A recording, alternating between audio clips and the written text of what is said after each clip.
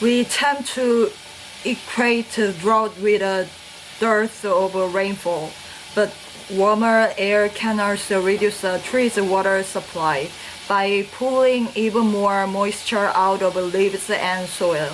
The Jemez Mountains got hit by both. A severe lack of rain compounded by soaring temperatures. Ellen calls this kind of historically unprecedented combination of drought and heat a global change type drought.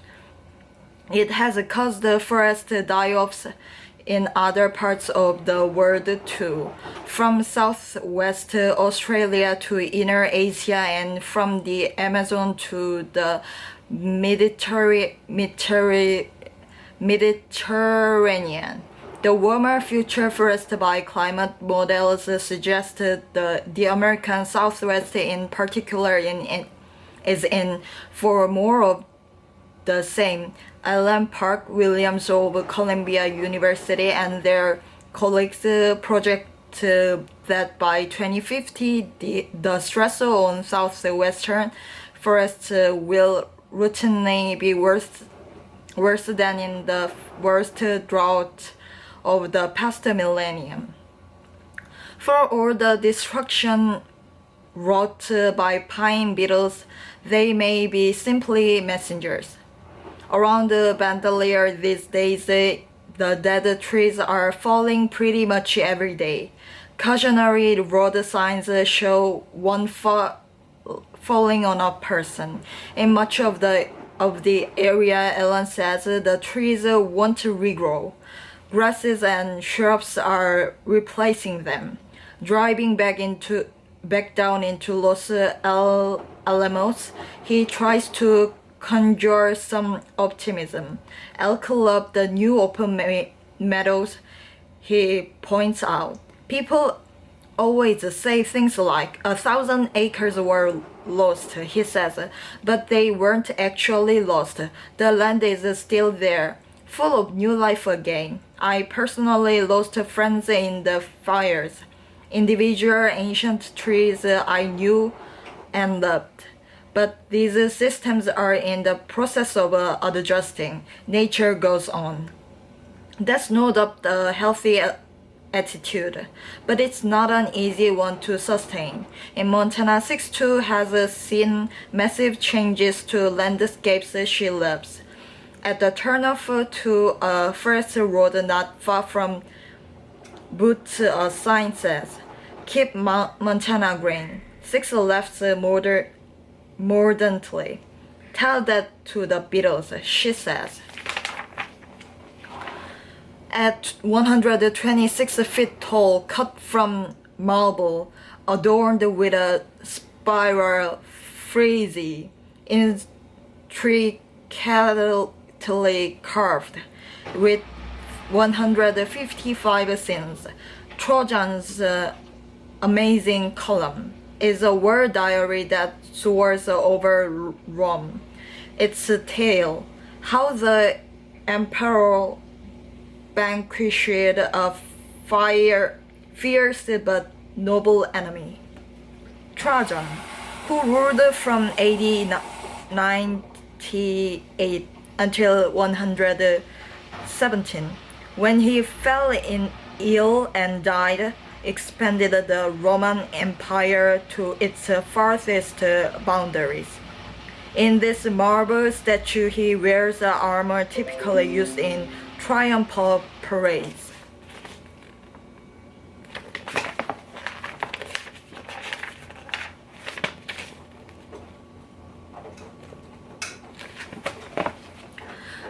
Trajan's column, with a statue of Saint Peter installed by a Renaissance pope on top, towers over the ruins of Trajan's Forum, which once included 2 libraries and a grand civic space paid for by war spoils from Dacia. The massive modern monument at right commemorates Victor Emmanuel II, the first king of United Italy. Wow.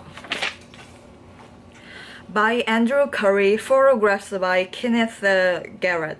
In back-to-back wars fought between AD 101 and 106, the Emperor Trajan mustered tens of thousands of Roman troops, crossed the Danube River on two of the longest bridges the ancient world had ever seen, defeated a mighty barbarian empire on its mountainous home turf twice, then systematically wiped it from the face of Europe. In a visual narrative that winds from the column's base to its top, Trajan and his soldiers triumph over the Dacians. In this scene from a plaster and marble dust cast made between 1939 and 1943, Trajan, at far left, watches a battle while two Roman auxiliaries present him with severed enemy heads. Trajan's war on the Dacians, civilization in what is now Romania, was the defining event of his 19-year rule. The loot he brought back was staggering. One contemporary chronicler boasted that the conquest yielded £500,000 of gold and £1,000,000 of silver, not to mention a fertile new province. The booty changed the landscape of Rome. To commemorate the victory, Trajan commissioned a forum that included a spacious plaza surrounded by colonnades, two libraries, a grand civic space known as the Basilica Oppia, and possibly even a temple.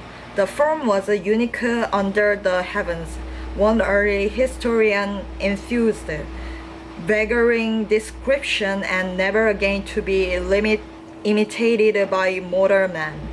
Towering over it was a stone column 126 feet high, crowned with a bronze statue of the conqueror.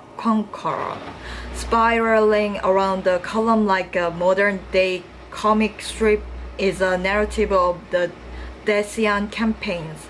Thousands of intricately carved Romans and Dacians march, build, fight, sail, sneak, negotiate, plead, and perish in 155 scenes.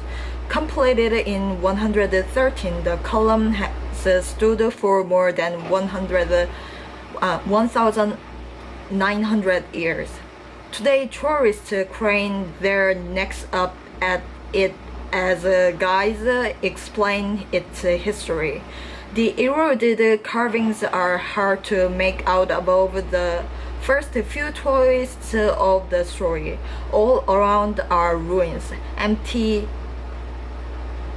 pedestals, cracked flagstones, broken pillars, and shattered sculptures hint at the magnificence of Trajan's forum, now fenced off and closed to the public, a testament to past imperial glory.